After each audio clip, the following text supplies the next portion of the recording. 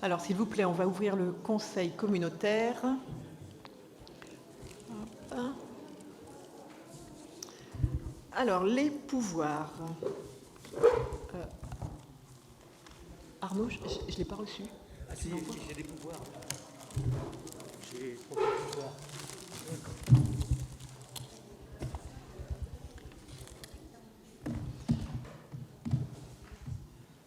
Alors, je commence. Monsieur Pelot, Éric, qui donne pouvoir à Éric Sautreau. Jean-Philippe Charrier donne pouvoir à Annie Saurin. François Hudevin donne pouvoir à Dominique Bonin. Stéphanie Le Goff donne pouvoir à Fabienne Parpaillon. Denis Lesage donne pouvoir à Yveline Thibault. Patricia Beau donne pouvoir à Patrice Gendronneau. Martine Sosso donne pouvoir à Arnaud Bouget, pardon. Voilà, et je pense que c'est tout comme pouvoir pour ce soir.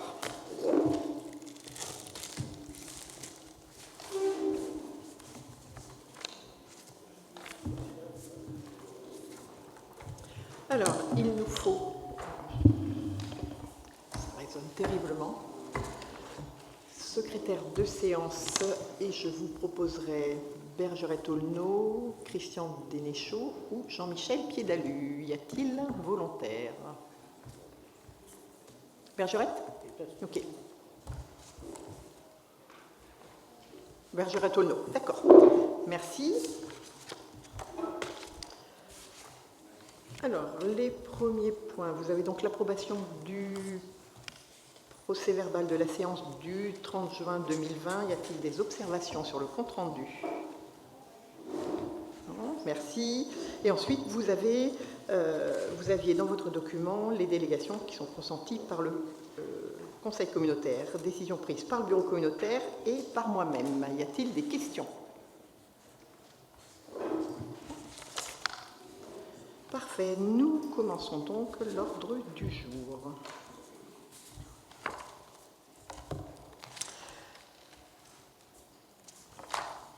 Alors, le point numéro 1, c'est le changement de lieu de réunion du Conseil communautaire. Vous l'avez tous eu aussi dans vos communes, à l'ordonnance du 13 mai, l'article 9 de cette ordonnance du 13 mai 2020, qui comporte une autorisation explicite sur la possibilité de réunion de l'organe délibérant en tout lieu à prix fin. Du coup, on peut le reconduire si on le souhaite sur le lieu que l'on souhaite, jusqu'à la décision, jusqu'à la date à laquelle on arbitrera aussi. Du coup, il vous est proposé de décider le changement de lieu de réunion du Conseil communautaire de la communauté de communes pour que celui-ci se tienne désormais à l'espace culturel situé à Allée des Arts sur la commune de Saint-Michel-en-Lerme, et ceci jusqu'à ce qu'une nouvelle délibération soit prise. En effet, ici, ça nous permet de respecter plus aisément les consignes sanitaires pour la bonne tenue en séance plénière de nos conseils communautaires. Est-ce qu'il y a des voix contre? Des abstentions? Je vous remercie. Alors, nous revenons sur un sujet sur lequel nous avons déjà travaillé au mois de juillet, puisqu'en effet, nous avions procédé aux élections des membres de différents syndicats. Nous avons eu un rappel à l'ordre des services préfectoraux pour certains syndicats, puisque nous nous étions attachés à ce qu'un maximum de communes soient représentées au sein des syndicats. Alors, ça dépendait un petit peu aussi des compétences de chacun, des souhaits de chacun, répartition géographique.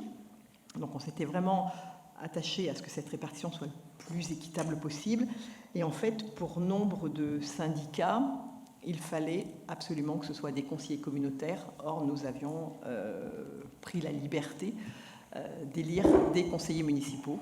Donc, il faut procéder ce soir à quelques changements, donc de nouvelles élections.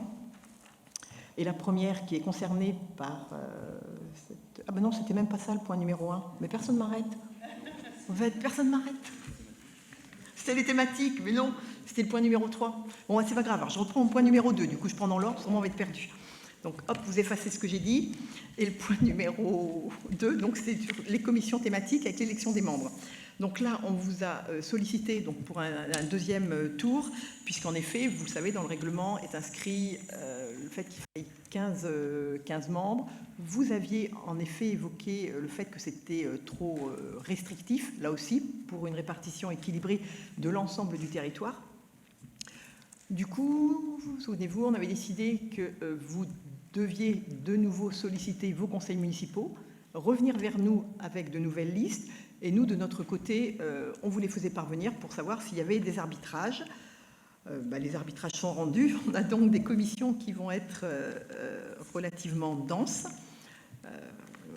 Mais voilà, l'essentiel, c'est de participer. L'essentiel, c'est de pouvoir avoir des commissions qui soient dans l'action et qui amènent de beaux projets, qui travaillent autour des projets portés par la CC. Donc, sur la commission finances, qui sera managée par Nicolas Vanier, nous aurons donc 26 membres et 23 communes représentées. Alors, vous les avez normalement sur table. Il y a une ou deux modifications que je vais vous apporter au fur et à mesure. Sur la commission développement économique, donc portée par... non, je n'ai pas la bonne encore. Bon, si, c'est pas grave. Non, mais oui, ils ne sont pas dans le bon ordre, j'y peux rien. Développement économique, donc du coup, porté par Bruno Fabre, on a 32 membres et 27 communes. Sur la commission aménagement du territoire, Scott PLUI, nous avons 39 membres et 35 communes qui sont représentées, donc c'est porté par Dominique Bonin. Je suis désolée, ce n'est pas dans l'ordre, donc je vais vous les prendre comme moi je les ai. Sur la commission mobilité portée par tout au René Froment, nous avons donc 29 membres pour 26 communes. Et là, on a un rajout, puisqu'on a en plus Monsieur Dardo Gérard sur la commune de Triez.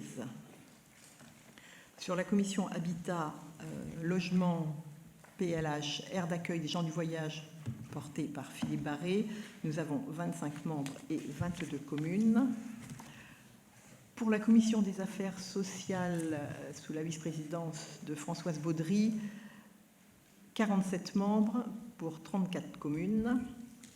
La commission tourisme pour Laurent Huget, 32 membres et 29 communes. Et là, on a par contre un retrait qui est celui de M. Dardo Gérald de Triez.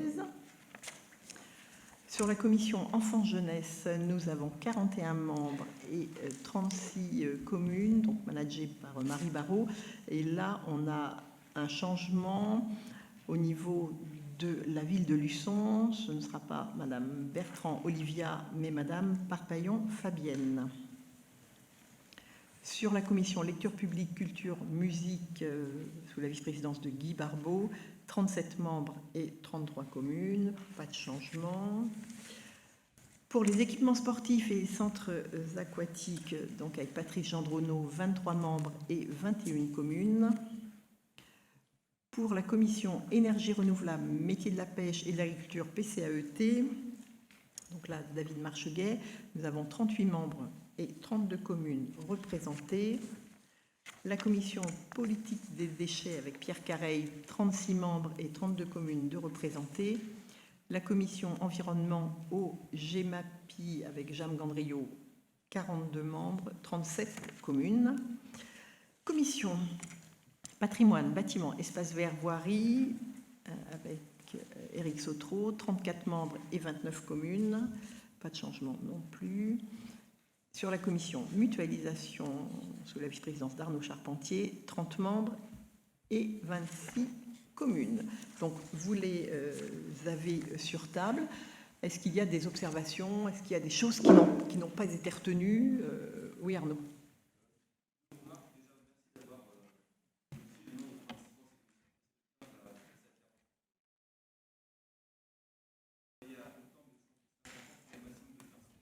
Oui, ça c'est pas... Oui, en effet.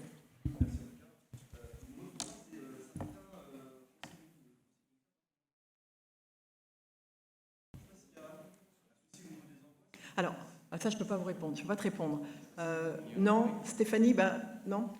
Il n'y a pas eu d'envoi par mail? Non, ça a été posé sur table. Alors peut-être d'une mairie sur le travail initial alors. Mais c'est vrai qu'en effet, tu le soulignes, travailler à 47, ce ne sera pas forcément très simple dès le départ, mais je pense que pour ces commissions qui sont concernées, ça peut être aussi intéressant peut-être de faire des sous-groupes, parce qu'en effet, on ne développera pas tous les sujets en même temps, donc ça peut être intéressant de peut-être déjà après scinder, et puis d'avoir des groupes peut-être de 15-20 et de faire une plénière à 47, enfin voilà. Mais en effet, on a bien entendu votre message. Nous sommes 44 communes, 15 c'est extrêmement restrictif, voilà. Et il n'y a pas de raison, je pense que ça a le bon côté de démontrer que chacun ou tous ont envie de s'impliquer dans la vie intercommunale. C'est le point positif qu'il faut retenir. Est-ce qu'il y a d'autres observations ? Non, donc si vous en êtes d'accord, je vais vous demander de proclamer que les membres élus au sein de chaque commission thématique intercommunale. Y a-t-il des voix contre ? Des abstentions ? Je vous remercie. Et comme ça, au travail pour les commissions.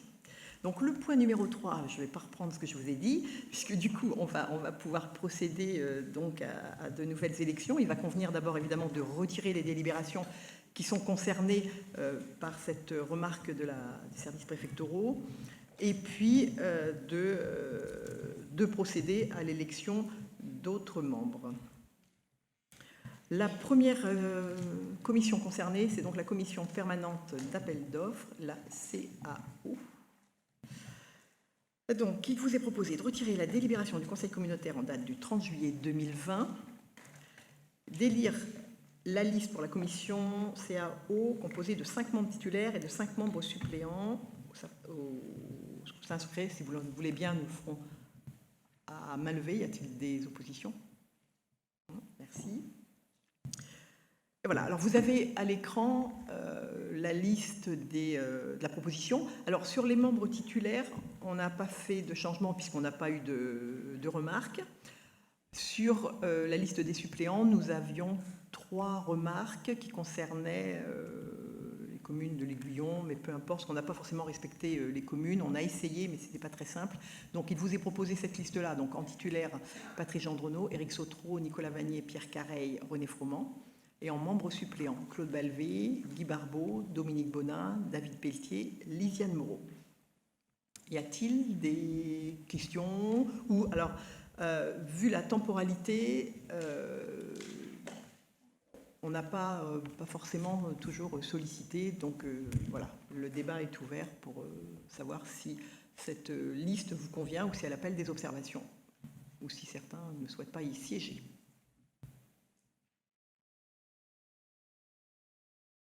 Pas d'observation ?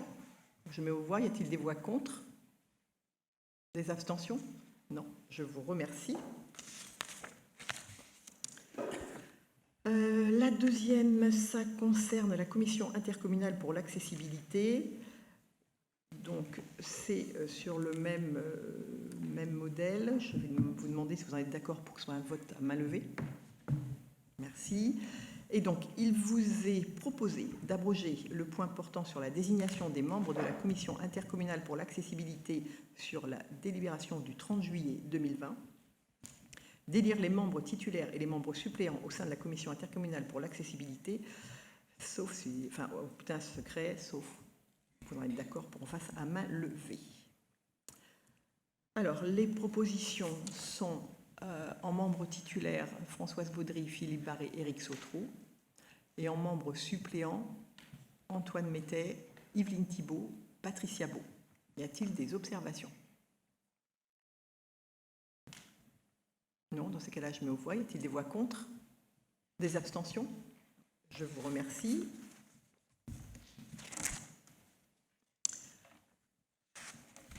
Alors, la commission suivante concerne la commission permanente de délégation de services publics. Pour celle-ci, on ne l'avait pas faite. Donc, du coup, ce n'est pas un changement, mais une nouvelle commission. Il vous est donc... Alors là, il faut 5 membres titulaires et 5 membres suppléants. Il vous est donc proposé de proposer à l'élection des membres de la commission de délégation de services publics telle que la liste est devant vous et de proclamer la liste des conseillers communautaires élus membres de cette dite commission, soit 5 membres titulaires et 5 membres suppléants.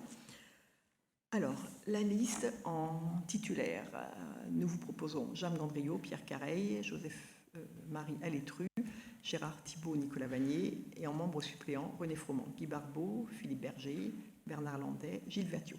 Y a-t-il des observations? Non, je mets aux voix. Y a-t-il des voix contre? Des abstentions? Non, je vous remercie. Le point suivant, je passe la parole à Jeanne Gandriot.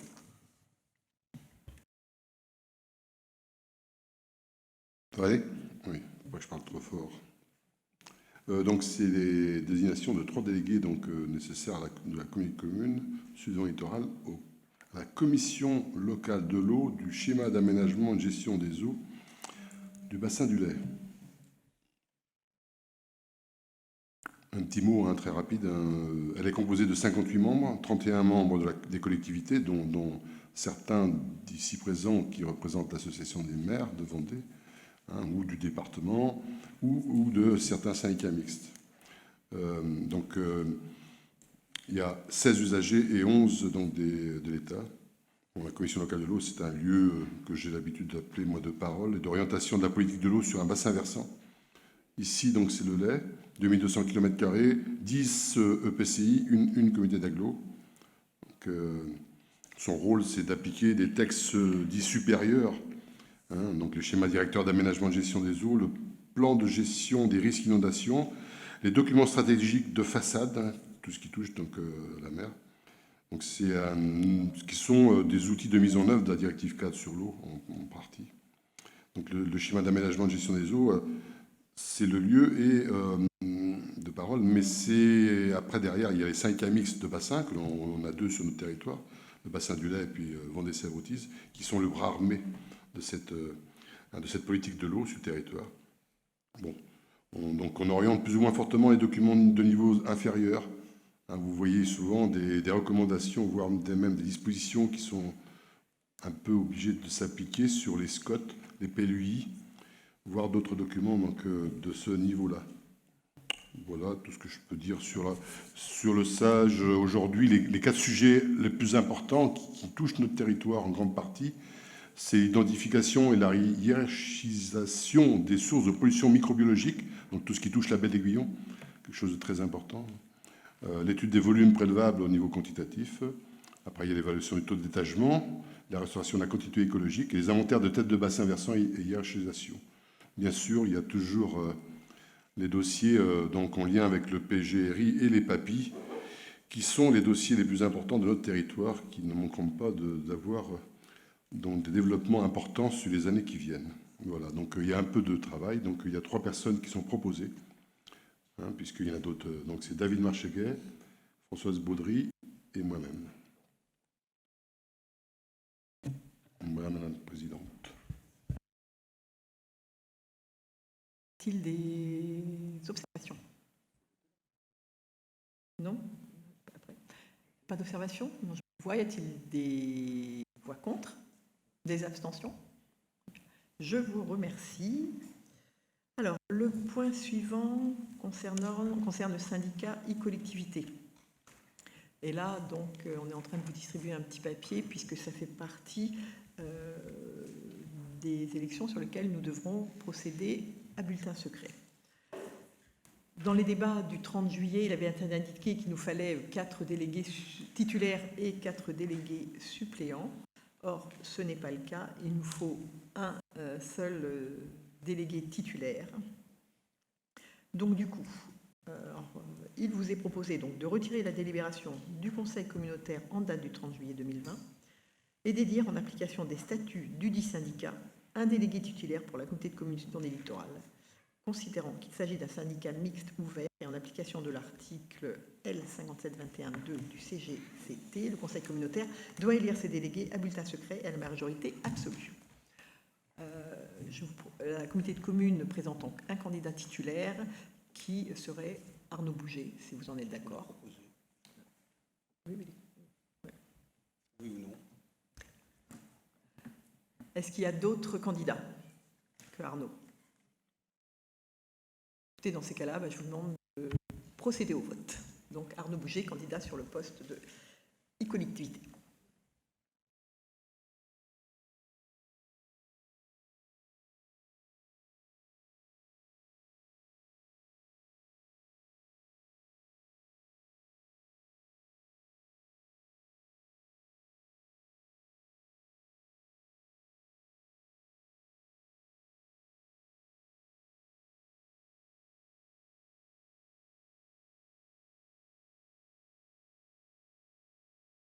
Ah oui, alors pour les pouvoirs, oui, pensez à prendre 2 bulletins.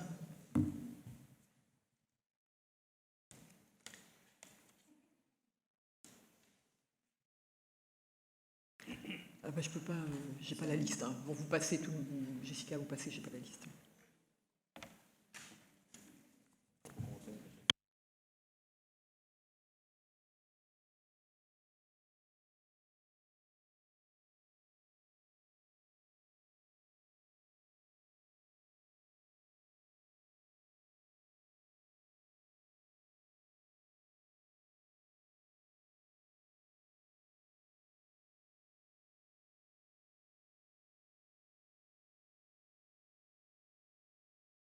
Deux personnes pour procéder dépouillement.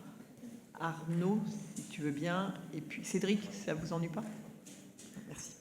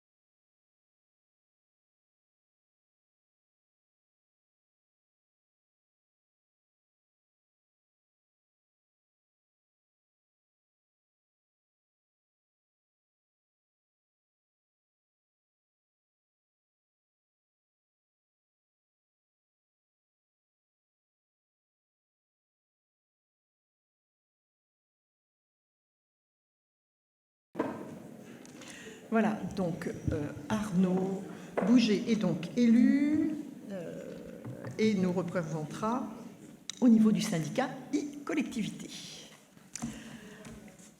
Hein? Il y a 5 blancs, 4 nuls. Et puis voilà, ils ne m'ont pas donné la totalité, mais ça va pas tarder. On passe au syndicat suivant, qui est le syndicat pour l'installation et le fonctionnement de la piste routière. Là aussi, c'est un retrait demandé par les services préfectoraux ainsi qu'une nouvelle délibération pour l'élection des délégués. Rappelez-vous, on avait voté pour un délégué titulaire et un délégué suppléant. Or, il nous faut 11 délégués titulaires et 11 délégués suppléants. Par contre, les communes sont fléchées puisqu'il nous faut un par ancienne commune du pays mareuillais. Il doit y avoir une petite erreur. Il nous manque Sainte-Péxine dans les suppléants. On va les remettre. Alors, je vais vous demander en direct, ça va être plus simple, parce que certains ont fait remonter des noms. Jean-Marie, est-ce que tu peux me donner... Attends. Paris. Romain, d'accord. Et en suppléant, s'il te plaît. Chantal ? D'accord.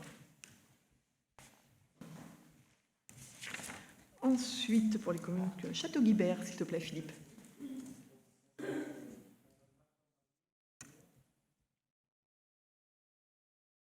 D'accord. Et en suppléant ? Toi ? D'accord. Ensuite, sur la commune de Corpe, Nathalie.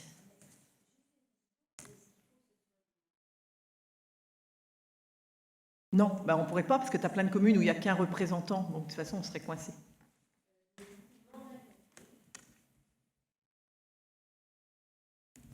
Oui, et en suppléant ?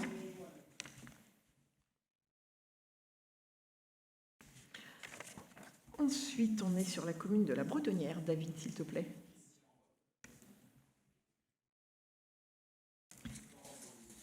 D'accord. Ensuite, sur la commune de la Couture, nous les avons. Sur la commune d'Épinau, c'est bon, je les ai notés. On a donc Estelle Laurent en titulaire et en suppléant Blanchet Marilyn. Sur la commune de Mareuil, Patrice Gendronneau en titulaire et Patricia Beau en suppléant. Commune de Moutier, André Davier en titulaire et Michel Poitevino en suppléant. Sur la commune de Péo, Lisiane, s'il te plaît. Pardon, excuse-moi, Marquand. Ah, d'accord. D'accord. Merci beaucoup. Ronet, Bergerette.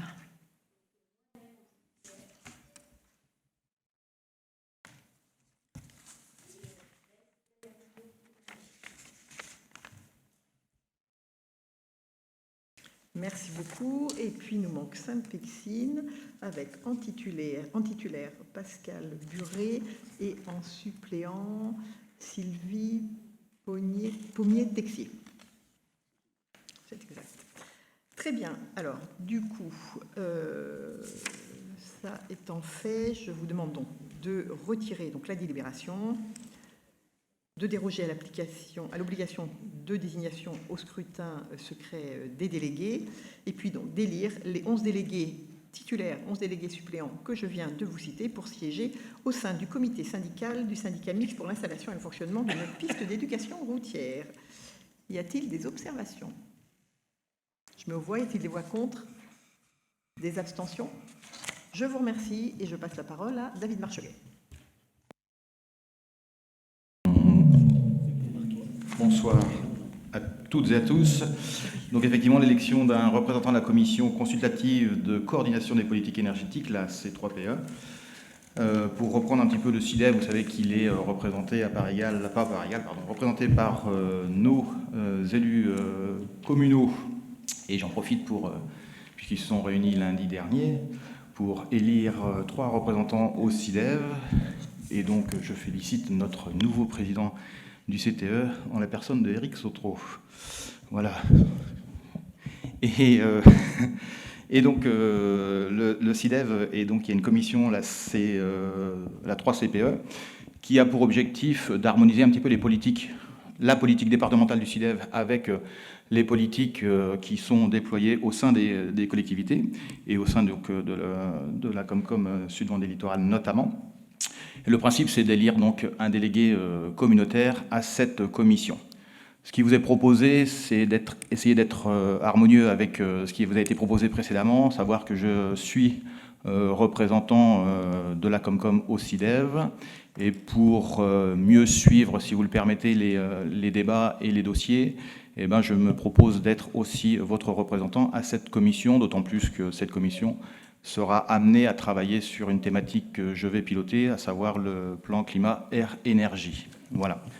Donc très rapidement, ce que je vous propose, c'est, si vous le souhaitez, que ma candidature soit la vôtre également. Y a-t-il des questions, des observations? En tout cas, je mets aux voix. Y a-t-il des voix contre? Des abstentions? Je vous remercie. Non, c'est pour l'autre. Non, c'est pour l'autre, pardon. On prenait un peu d'avance. On déroge. Non, on avait dérogé, c'était marqué. Donc, sur le point numéro 10, et c'est pour celui-ci qu'on est en train de vous distribuer les bulletins, parce que c'est aussi pour ce syndicat qu'il faut voter à bulletin secret. Alors, il s'agit du Centre intercommunal d'action sociale, donc le CIAS Sud-Vendée Littoral. Donc, même chose, nous aurons un retrait et une nouvelle délibération à prendre pour l'élection des membres, puisque nous avions retenu le principe de 8 membres élus et de 8 membres nommés issus de la société civile. Par contre, sur les membres élus, il nous faut aussi des conseillers communautaires. Or, nous avions quelques conseillers municipaux. Donc, voici, alors, c'est donc un vote à bulletin secret. Si vous en êtes d'accord, je vous présente la liste qui est donc en titulaire Françoise Baudry. Alors, ça n'a pas changé sur la liste. Si, ça a un peu changé aussi sur celle-ci. Françoise Baudry, Martine Joly, Éric Pelot, Yveline Thibault, Laurence Fardin, Charlotte Vigneux, Maurice Puot, Marie-Thérèse Guinaud. Sur les membres suppléants, Marie Barrault, Annie Saurin, Françoise Loiseau-Letru, Gaëlle Fleury, Bergerette Aulneau, Claude Balvé, Isabelle Touzeau, Marie-Hélène Martin-Barlier. Je vais vous donc demander de voter à bulletin secret.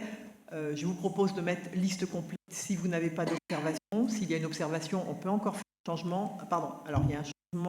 Oui. Ouais.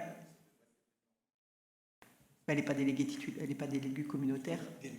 C'est pour ça qu'on l'a changé, parce que c'est ce que je viens de dire, Antoine. C'est qu'en fait, on avait justement, on vous avait sollicité pour avoir des conseils municipaux. C'est toujours l'idée d'impliquer un maximum. On a été retoqué. Donc, voilà.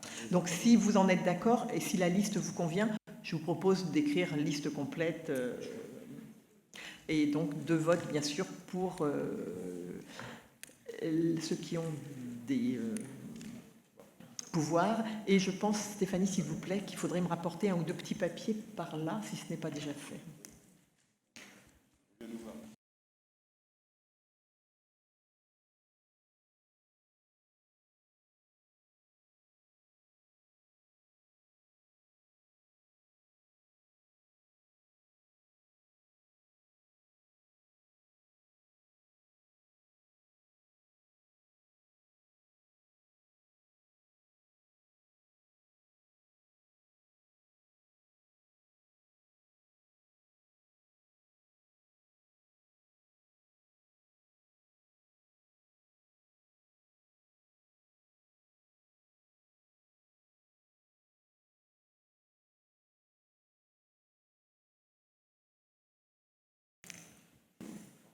Et puis Arnaud et Cédric, si vous voulez bien. Merci.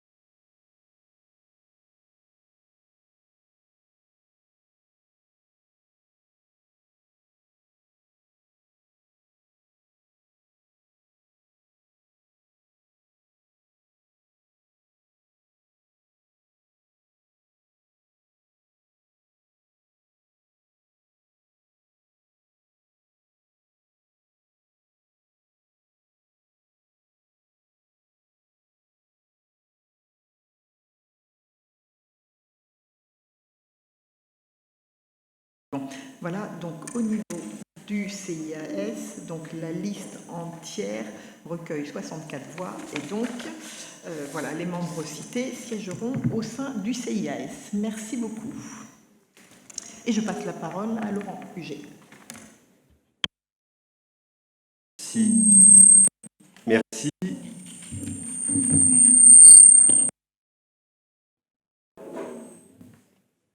Vous m'entendez? Oui. Merci. Donc, le 30 juillet dernier, nous avons désigné 11 administrateurs pour la société publique locale, la SPL Sud-Vendée Littoral Tourisme, dans les conditions prévues par l'article du Code général des collectivités, L2121-21. Mais nous n'avons pas respecté le L1531-1 qui demande à ce que les représentants doivent tous être désignés au sein du conseil communautaire. Donc, depuis, trois administrateurs ont démissionné et il convient d'en nommer 3 nouveaux. Et ceux qui sont proposés sont Madame Laurence Peigné de Saint-Michel, Monsieur Vincent Jules de Mareuil et Madame Françoise Baudry de Saint-Juire. Et il vous est proposé aujourd'hui de déroger justement à la règle du bulletin secret et surtout de désigner ces 3 nouveaux représentants de la communauté de communes au conseil d'administration de la SPL Sud-Vendée Littoral Tourisme. Voilà, Madame la Présidente. Y a-t-il des observations? Non, je peux des voix contre. Des abstentions? Non, je vous remercie. Et je passe la parole à Bruno Fabre.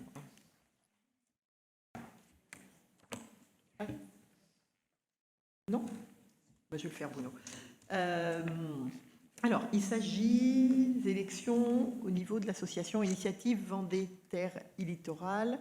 Ça, on ne l'avait pas fait. Hein, cette association avec laquelle on travaille très souvent, elle a pour objet de déceler et de favoriser l'initiative créatrice d'emplois, d'activités, de biens ou de services nouveaux par l'appui à la création, à la reprise et au développement des TPE ou PME. On le sait, elle apporte son aide par des prêts aux entreprises et c'est souvent un levier important pour les futurs chefs d'entreprise quand ils se présentent devant un organisme bancaire ou d'autres partenaires. L'expertise apportée et le travail apporté par l'association Initiative Vendée Terre et Littoral apporte d'autant plus de crédibilité à leur projet. Pour ce faire, il nous est demandé de désigner un représentant titulaire et un représentant suppléant pour siéger au sein de cette assemblée, en sachant que cette assemblée se réunit au moins une fois par an et chaque fois qu'elle est convoquée donc, par le président. C'est vrai que c'est intéressant, ça nous permet d'avoir une visu sur tous les dossiers déposés par les futurs chefs d'entreprise et voilà, de les entendre et puis de regarder d'un œil un peu différent leurs projets. Alors, il vous est proposé pour siéger au sein de cette association en représentant titulaire moi-même et en représentant suppléant Bruno Fabre. Y a-t-il des observations? Non, je mets aux voix. Y a-t-il des voix contre? Des abstentions? Très bien, je vous remercie. Ouais, d'accord. Le point suivant, c'est donc l'association Géo-Vendée. Et là, c'est la désignation des représentants au sein de l'Assemblée générale. Donc, vous le savez, l'association Géo-Vendée, elle a pour plusieurs objets, hein, l'enrichissement des référentiels géographiques et leur adaptation aux besoins spécifiques de l'utilisateur, la production de données géographiques, la constitution d'une banque de données géographiques vendéennes et régionales, la diffusion totale ou partielle de ces données, l'achat mutualisé de données et de matériel dans le domaine de l'information géographique, la mise en œuvre d'actions de formation et d'information des élus, des agents des collectivités et des partenaires, la conduite de missions d'animation et la réalisation de prestations pour le compte des membres et partenaires agréés. Elle est composée de 3 collèges avec les membres fondateurs, le collège des membres actifs, lequel regroupe tous les membres adhérents de droit public ou privé agréés par le conseil d'administration, et puis le collège des membres, lequel regroupe toute personnalité ou personne morale de droit public ou privé reconnue pour sa compétence dans le domaine de l'information géographique. Donc l'Assemblée Alors, il vous est proposé de désigner un représentant titulaire et un représentant suppléant de la communauté de communes. Et il vous est proposé Bruno Fabre en représentant titulaire et Cédric Guinaudot en représentant suppléant. Y a-t-il des observations? Je me vois. Y a-t-il voix contre? Des abstentions? Non. Je vous remercie. Le point suivant, c'est l'association Sites et Cités remarquables de France, avec pareil désignation des représentants au sein de l'Assemblée générale.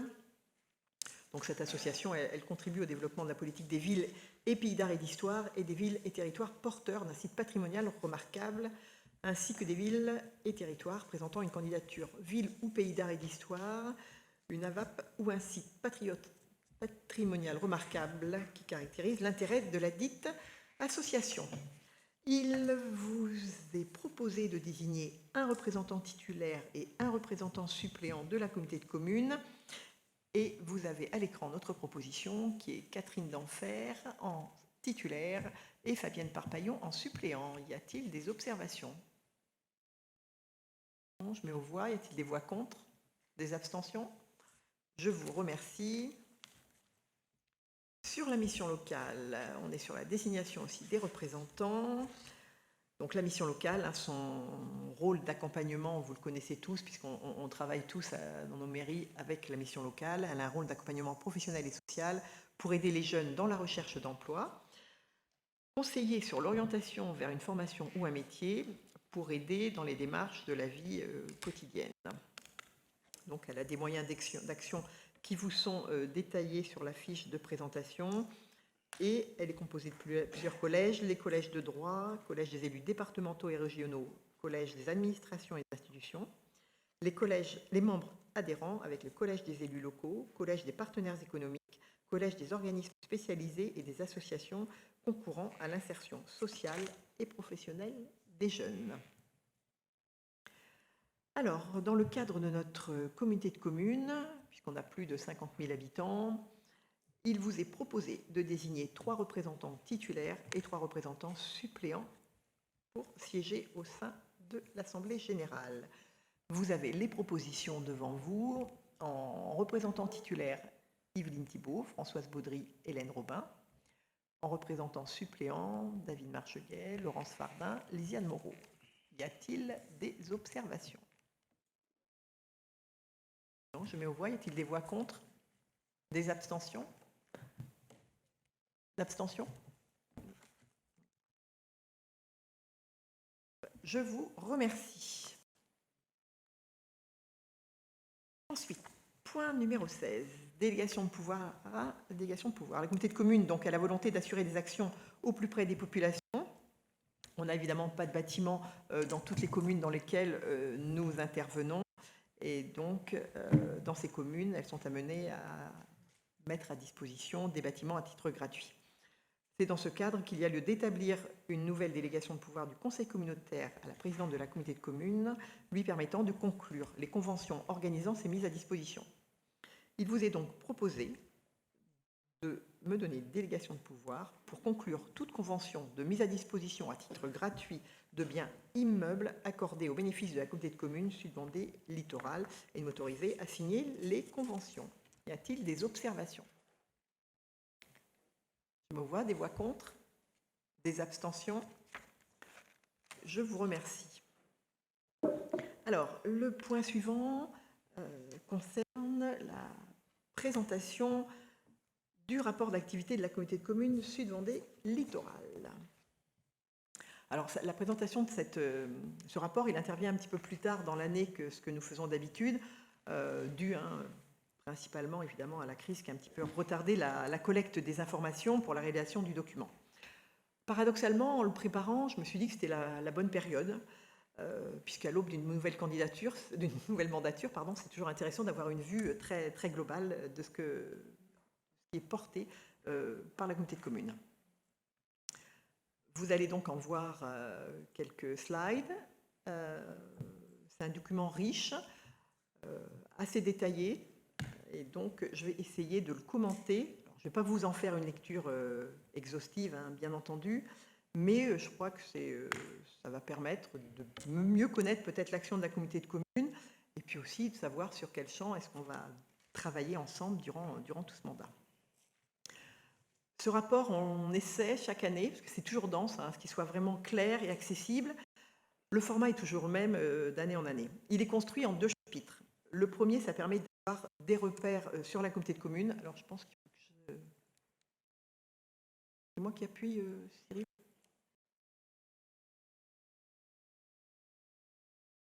Non, ça n'avance pas.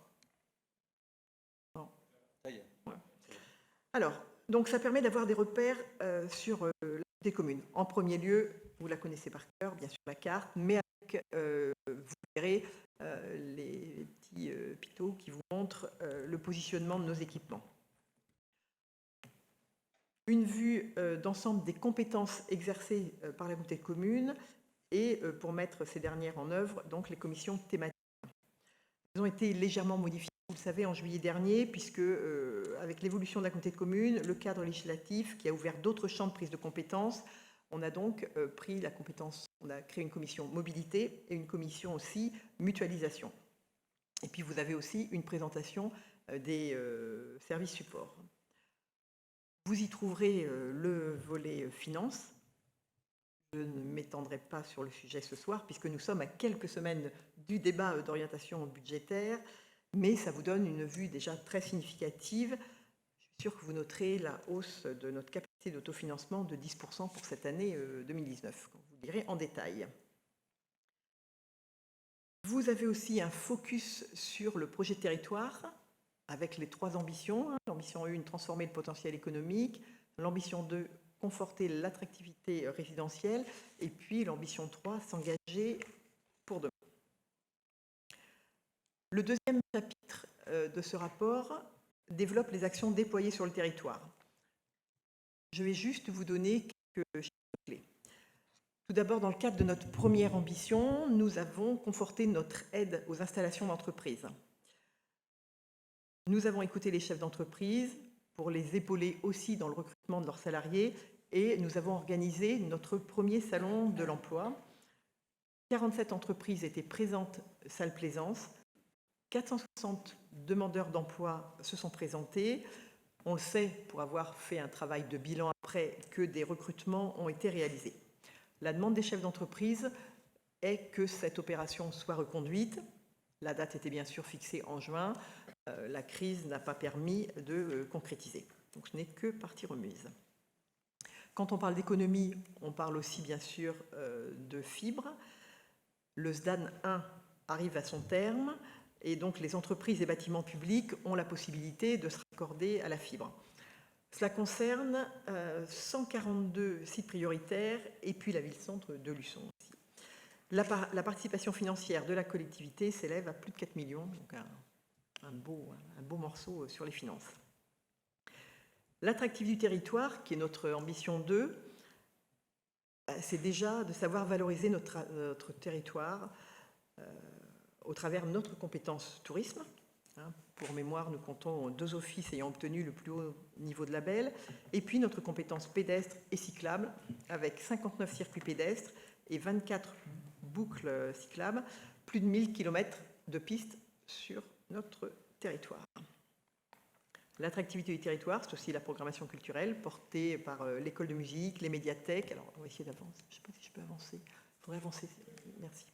Par les médiathèques, les bibliothèques de proximité, les nombreuses associations qui offrent des spectacles variés et de qualité. N'oublions pas, on voit nos centres aquatiques à Luçon et à la Tranche-sur-Mer. L'accueil de nouveaux habitants, les services à la population, quel que soit l'âge, sont des axes forts portés par la communauté de communes. L'accès aux soins, par le biais du contrat local de santé, grâce à nos maisons de santé, sont au cœur des réflexions et constituent, vous le savez, des enjeux majeurs. Nous aurons forcément l'occasion d'en parler. 2 structures ont été inaugurées en 2019, à Nallier et à l'Île d'Elle. On voit aussi sur le visuel le relais d'assistance maternelle, les maisons de l'enfance, les centres de loisirs, qui sont des services indispensables et surtout facilitateurs du quotidien des familles. Un chiffre, pour les centres de loisirs, on note une augmentation de 2926 journées enfants par rapport à 2018. Et du coup, globalement, nos maisons de l'enfance, elles accueillent 213 enfants. On ne peut pas passer sous silence un travail qui nous a beaucoup occupé, les interventions en milieu scolaire par le biais du programme Être et apprendre, qui permettent à tous les enfants du territoire, durant leur parcours en primaire, d'avoir accès aux mêmes apprentissages. Ça peut être sur la culture, l'environnement, la lecture, la musique. Ça a concerné 3200 enfants du CP ou du CM2. Pour les aînés, on a une intervention déjà par le biais de nos CIS, puisqu'on gère 5 EHPAD, on accueille 343 personnes âgées. Je n'oublie pas non plus les actions menées dans le cadre de la prévention senior sous la forme d'ateliers, comme celui qui a été fait pour l'utilisation des tablettes numériques, des réunions d'information pour faciliter leur quotidien à domicile ou les aider dans les démarches pour le maintien à leur domicile, et puis aussi plus généralement l'oreille attentive et puis l'expertise de nos agents qui travaillent dans nos maisons labellisées France Service, pour mémoire, service qu'on a voulu itinérant pour desservir au mieux l'ensemble de notre territoire. Et puis la troisième ambition, c'est donc s'engager pour demain. S'engager pour demain, ça passe nécessairement déjà par l'élaboration de documents stratégiques cohérents à l'échelle des 44 communes, mais surtout respectueux de leur identité. Du coup, l'élaboration du SCOT s'est poursuivie durant l'année 2019 afin de définir les orientations et les axes d'intervention en matière d'aménagement et de développement du territoire. S'engager pour demain, c'est aussi le préparer pour les générations à venir. Et donc, vous pourrez consulter dans ce rapport les prémices du PCAET, du plan climat-air-énergie. Un dossier aussi, ou des informations sur la gestion des milieux aquatiques, la prévention des inondations, le célèbre GEMAPI dont on parle quand même beaucoup, qui est assuré par 2 syndicats cofinancés par la commune, l'assainissement non collectif, qui intervient pour les contrôles d'installation, de conception, lors des ventes immobilières, et puis bien sûr la gestion des déchets ménagers et des déchetteries et des collectes. Voilà, le rapport d'activité est complet. Il vous permet de voir les actions menées par la communauté de communes au service des communes et au service de la population. Elles sont denses, variées, et ça me permet d'en profiter pour saluer le travail accompli par nos agents tout au long de l'année. L'obligation réglementaire nous impose de présenter ce rapport avant le 30 septembre. Voilà, c'est chose faite. Et puis, conformément à la loi du 27 décembre 2019, nous allons vous l'adresser par voie numérique pour chacun de vos conseillers municipaux. Et puis, de votre côté, vous aurez l'obligation de le présenter au conseil municipal. On vous fera parvenir aussi, dans chaque commune, une version papier. Parce que ça peut être intéressant, pas seulement d'avoir la vision numérique, mais aussi de pouvoir le feuilleter peut-être plus aisément pour ceux qui seraient intéressés par les activités de la communauté de communes et qui passeraient dans vos mairies. Voilà. Est-ce qu'il y a des observations, des questions particulières sur ce rapport d'activité qui vous avait été communiqué de toute façon en pied-pointe? Non. Oui. Ah. Alors si, par contre, oui, en effet, il sera consultable, bien sûr. Oui. On ne peut pas le distribuer grand public, il sera consultable en mairie et bien sûr sur notre site internet, aucun souci à ce niveau-là. C'est vraiment un très très beau document que j'invite, nous on l'a, oui, et que j'invite vraiment à parcourir, à inviter vos conseillers municipaux à le lire, c'est vraiment intéressant. Donc oui, pardon Philippe.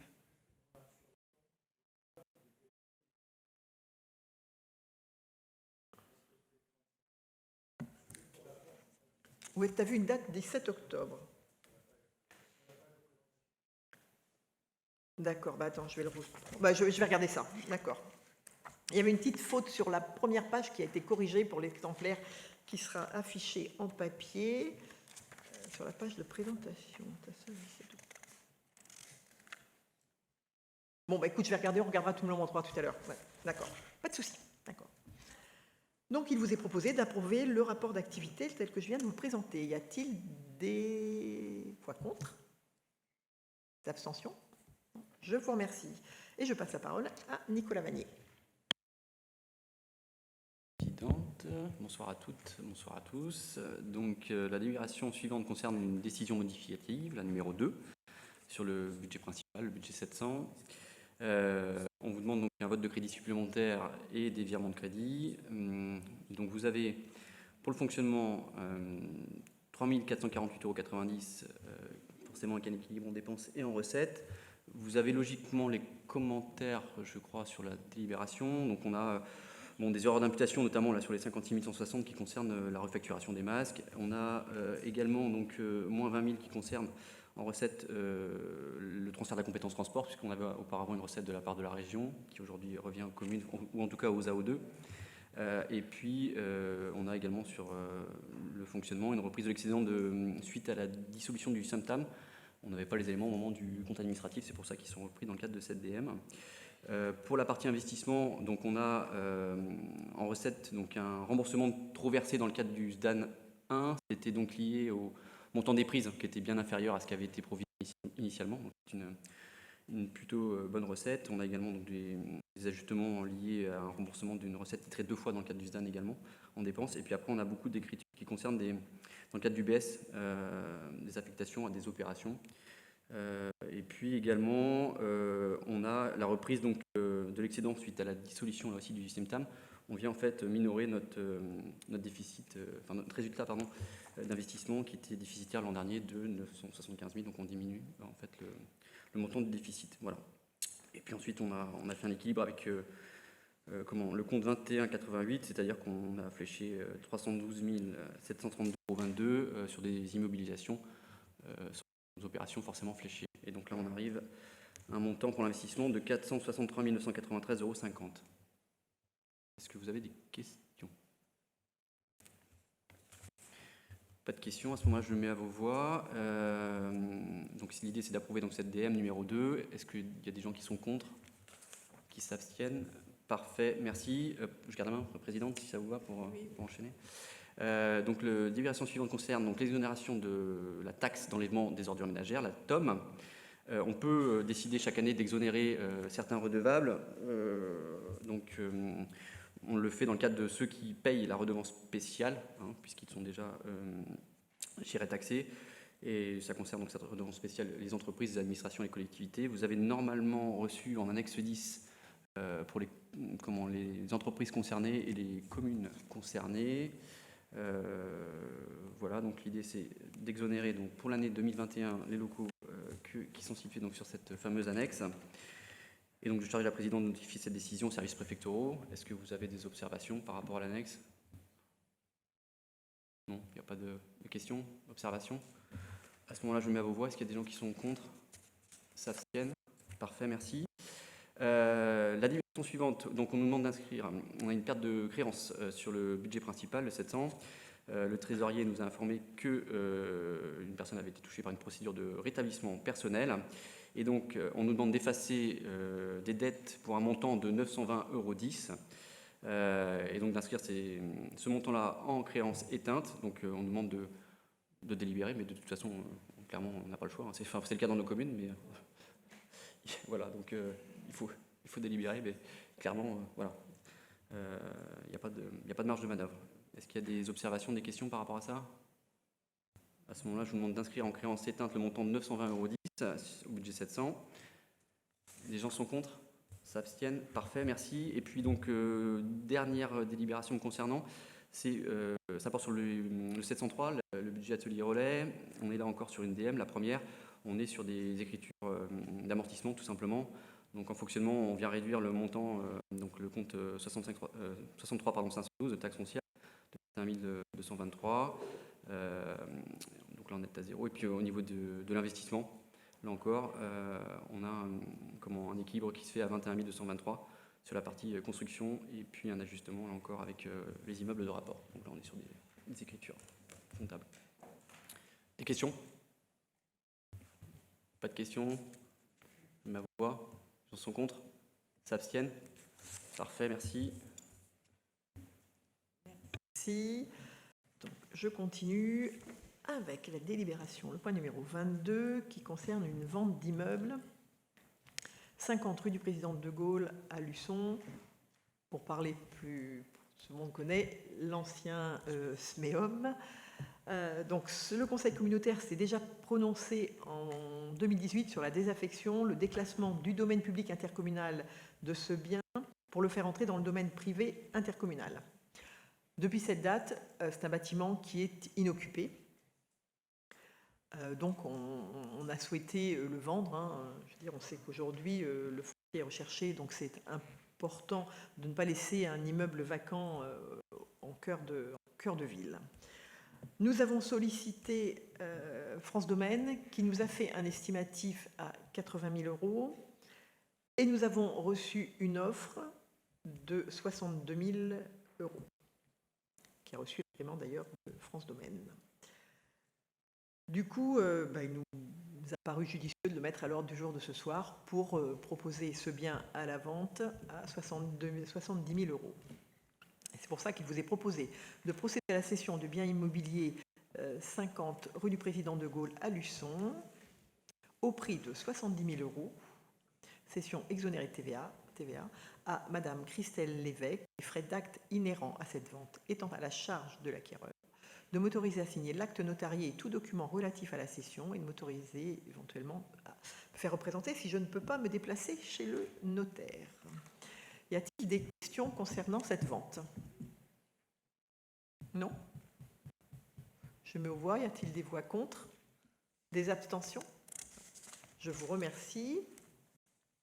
Nous continuons sur le même sujet avec la cession d'un terrain sur la commune de Sainte-Gemme-la-Plaine, au lieu dit la Brémaudière, et ce terrain irait à l'ESAT.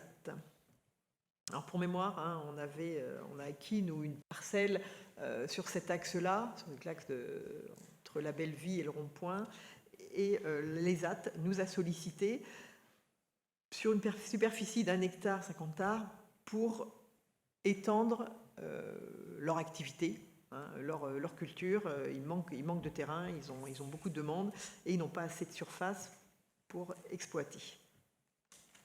Nous avons convenu d'un prix. Nous avons sollicité l'avis des domaines qui avait estimé la valeur vénale du bien à 2 € le mètre carré. La surface à céder est en zone 2 AUE et le prix convenu avec les AT serait à 2,31 € hors taxe le mètre carré, plus la TVA sur marge. Il vous est donc proposé de céder le bien tel que décrit ci-dessus à l'ADAPI Aria, gestionnaire de l'ESAT de Sainte-Gemme-la-Plaine, avec faculté de substituer toute personne morale mandatée par elle au prix de 2,31 € hors taxe le mètre carré, plus TVA sur marge, étant entendu que les frais relatifs à la vente sont à la charge de l'acquéreur, de m'autoriser à signer l'acte notarié et tous les documents relatifs à cette cession et d'autoriser un vice-président à me représenter en cas d'absence. Y a-t-il des observations?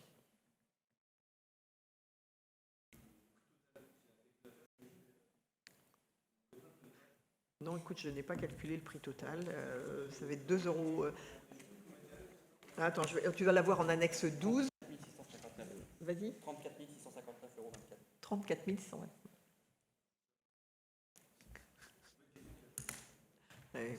On est complémentaires.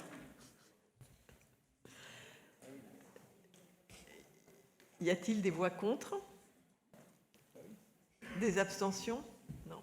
Je vous remercie. Je passe la parole à Dominique Bonin.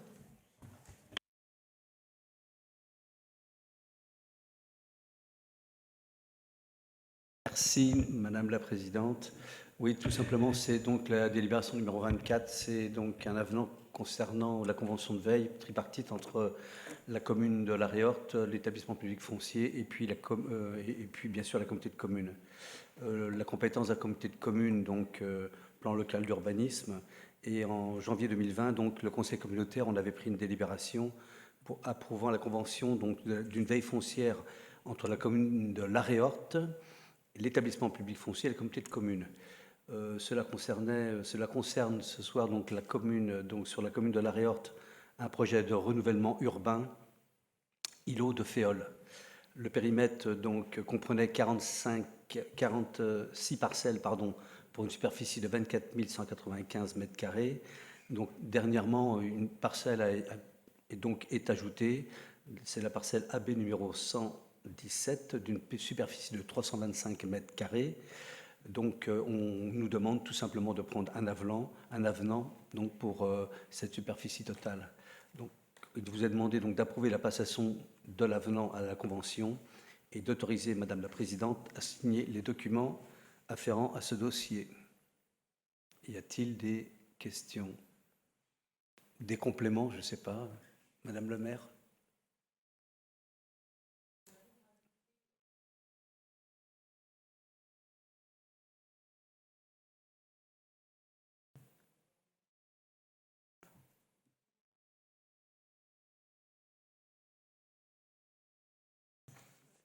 Merci. On le soumet à votre vote. Qui est contre? Qui s'abstient? On vous remercie. Alors, dernière délibération, qui est une modification du tableau des emplois. Il est nécessaire donc de l'actualiser, puisqu'on a un agent adjoint administratif qui travaille sur un autre site, et donc pour harmoniser la carrière de l'agent, il est proposé de supprimer un poste d'adjoint technique à temps non complet et de créer donc un poste d'adjoint technique principal de 2e classe à temps non complet. On est sur 5h50 hebdomadaires. Ensuite, il vous est proposé, suite à l'obtention d'un concours d'attaché d'un agent, il est proposé de supprimer un poste de rédacteur principal de 2e classe à temps complet et de créer un poste d'attaché territorial à temps complet. Et suite donc au recrutement d'une éducatrice de jeunes enfants sur un poste vacant, il est proposé de supprimer le poste d'éducateur de jeunes enfants 2e classe et de créer un poste d'éducateur de jeunes enfants 1re classe. Je mets donc aux voix.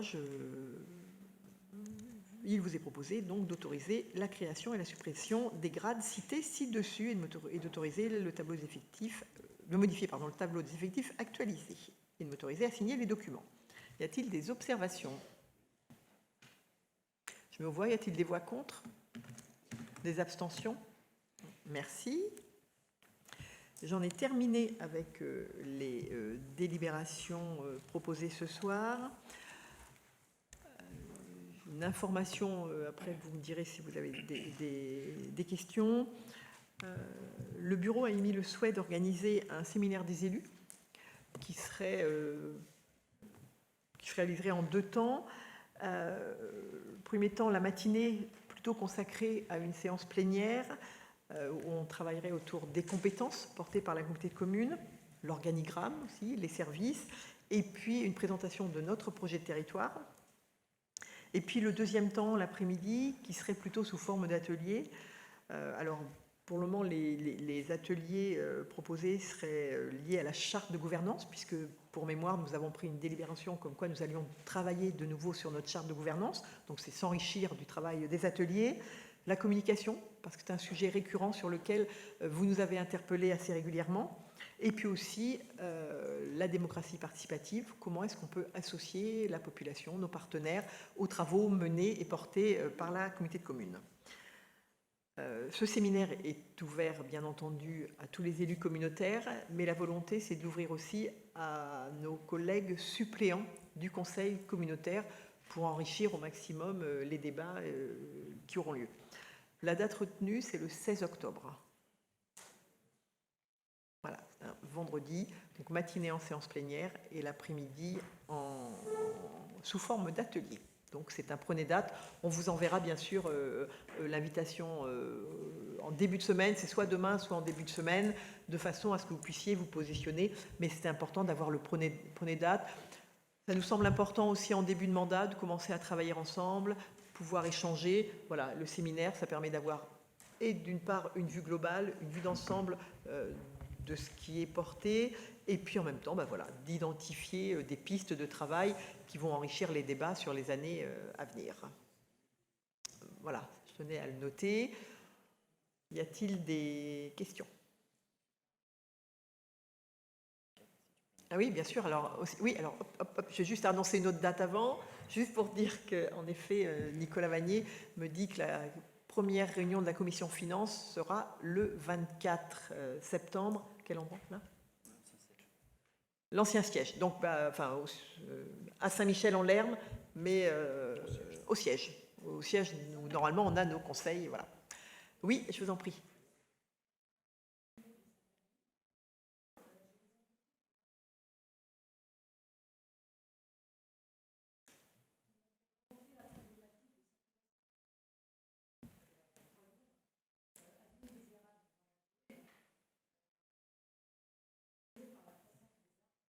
Oui, on en a conscience, vous avez raison. Oui.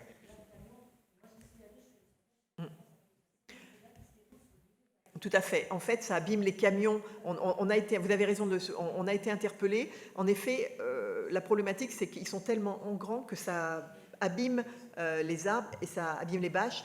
On va y remédier. C'est dans les tuyaux, je ne sais plus quand, mais on en a parlé, donc c'est dans les tuyaux très rapidement. Alors, les services techniques s'en occupaient. Je pense que c'était programmé. Alors, j'ai plus la date. Hein? Ah bon, d'accord. Bon, je vous reviens vers vous. On n'a pas la date, on est en train de regarder avec Bruno, on est en train de regarder. Mais en effet, c'est important pour eux, oui. Oui, non, elle passe pas en ce moment. Enfin, ça heurte, ça heurte. Pas de souci. Il y avait une autre question. Oui, Antoine.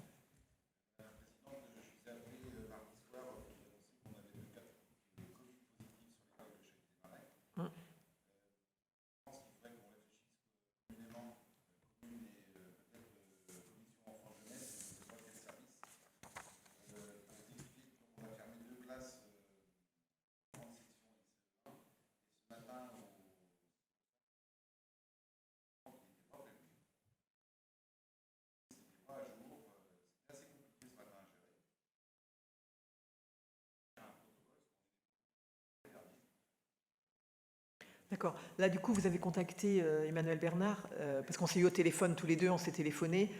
Ouais. Ah, parce que le mercredi matin, ça a réussi à bien se gérer. C'était compliqué aussi.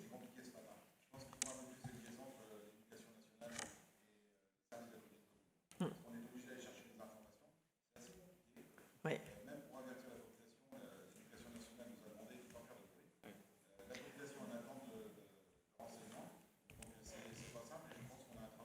Oui, ouais. Mais vous avez raison, parce qu'en effet, on a les informations et tous les maires qui ont des écoles savent qu'on a les informations extrêmement tard et quand on alerte, on n'a pas le retour tout de suite. Et en effet, nous-mêmes, on est très très souvent en difficulté. On a eu une information l'autre jour de l'Éducation nationale, un vendredi soir à 17h. C'est juste impossible à gérer. D'accord. Oui.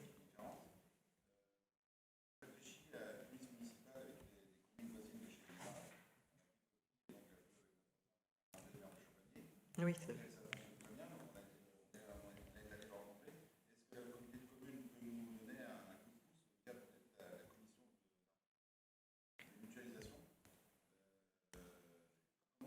Alors aujourd'hui, on n'a pas de police intercommunale, donc on n'a pas mené encore ce travail-là. On a des sollicitations et on a les services de l'ordre qui aimeraient bien qu'on tende vers ce travail-là. C'est un travail, les mutualisations, c'est un travail général qui va se mener. Le champ de la police intercommunale pourra y être abordé. Aujourd'hui, ce n'est pas une compétence que nous avons, donc ce n'est pas quelque chose qu'on exerce. Voilà, donc y réfléchir, y travailler, vous accompagner pour voir comment est-ce que ça peut s'organiser, oui. Vous dire qu'on ira vers une police intercommunale, je me garderai bien d'en prendre... je n'irai pas plus loin. Mais en effet, c'est un sujet sur lequel nous réfléchirons. Mais aujourd'hui, on n'est pas doté de cet équipement-là.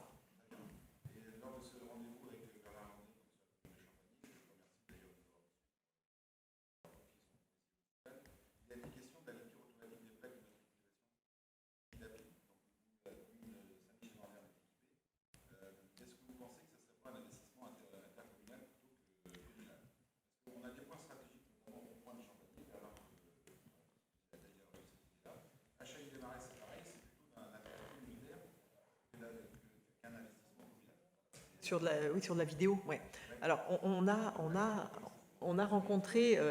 il y avait c'était chez toi, Nicolas, qu'il y a eu une réunion à ce niveau-là, où nous en ont parlé, des vidéos. Oui.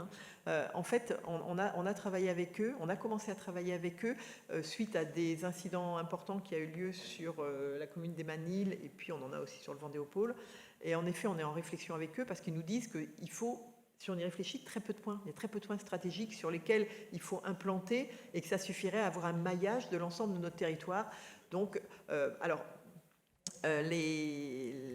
compagnie de gendarmerie nous a demandé une rencontre avec les maires en conférence de maires. Donc, c'est peut-être un sujet qu'on pourra aborder avec eux. Leur demande est arrivée aujourd'hui sur mon bureau et je l'ai là à côté. Je pense qu'on va organiser une conférence des maires pour qu'aussi ils nous présentent ce type d'action. Puis après, on verra comment est-ce qu'on s'y engage. Mais moi, j'avais été assez surprise de ce que le capitaine Dubos nous disait en disant qu'à la limite 12, 15 sur le territoire suffisait. Moi, j'avais été un peu stupéfaite parce que... Mais il dit, en fait, il suffit d'avoir en effet les plaques, les entrées, les sorties et ça nous suffit. Donc, je pense que ils nous ont sollicité, je vous dis, je l'ai cet après-midi, pour nous présenter ce type d'équipement. Donc peut-être que c'est à voir, sachant qu'attention, le pouvoir de police, il vous revient. Enfin, voilà, c'est la difficulté aussi à ce niveau-là. Mais ça va être une réflexion. On va au moins les entendre, qui nous apportent leur expertise. Une dernière petite info que j'ai eue il y a 2 heures. Pareil, est en recours au tribunal administratif et le juge a rendu son verdict tout à l'heure. Donc nous restons en place, il n'y aura pas de revote à chaque fois. D'accord, très bien, merci. Est-ce qu'il y a d'autres questions? Non, bah écoutez, s'il n'y a plus rien, je vais clore ce conseil communautaire en vous remerciant beaucoup.